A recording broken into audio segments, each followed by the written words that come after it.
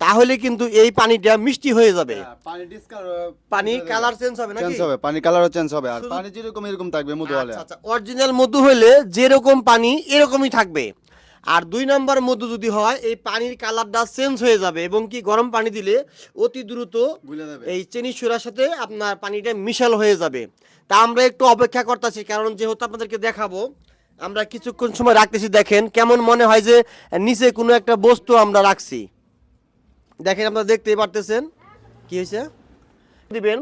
আমি সহজে কারোর কাছে শেয়ার চাই না, আপনার কাছে অনুরোধ করে বলতেছি, আপনারা যার সামনে এই ভিডিওটা যাবে উনি একটা করে শেয়ার দিবেন, কারণ একটা শেয়ারে একজন ব্যক্তি ভেজাল মধু কিনা থেকে দূরে থাকবে।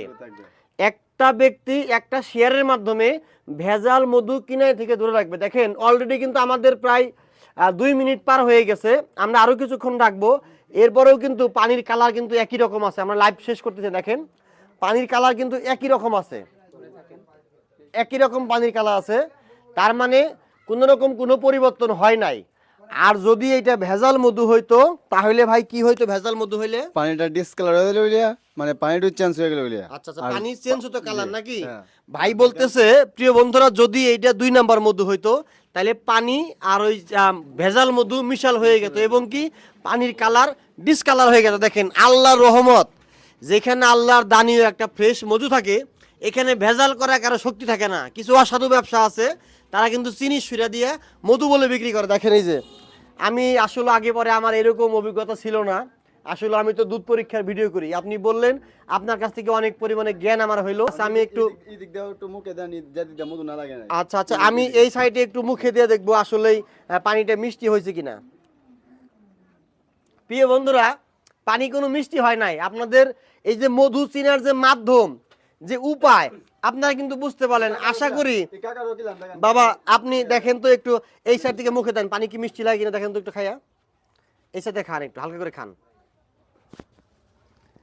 পানি কি মিষ্টি লাগে? পানি কিন্তু মিষ্টি লাগে না। তো দর্শক বন্ধুরা, আপনারা আশা করি আমার এই ভিডিও দেখার পরে আর জীবনে আপনাকে কোনো অসাধু ব্যবসায়ী মধু বিক্রেতা আপনাকে আর ঠকাইতে পারবে না। কারণ এই যে আমরা যে পরীক্ষাটা করলাম, এখানে 5 থেকে 6 মিনিট পানির মধ্যে মধু আমরা ছেড়ে দিছি, একটুও কিন্তু পানি ডিসকালার হয় নাই এবং কি পানিটা মিষ্টি হয় নাই। ভাই পানিটা পালাই দেবো, মধুটা জায়গাতে থাকবে। আচ্ছা থাকেন, কাছে নিয়ে এসো, একটু কাছে নিয়ে আসো, দাঁড়ান। এখন পানিটা ফেলে দিবে, মধু ওই জায়গায় থাকবে। আস্তে আস্তে ফালান। বাস দেখেন ওই যে পানি ফেলে দিচ্ছে, মধু কিন্তু ওইরকমই আছে। দেখেন প্রিয় বন্ধুরা, মধু কিন্তু পড়তেছে না। এক ফোঁটা পানি থাকলে এক ফোঁটা পানি উঠবে। ওই দেখেন এখানে যতটুকু মধু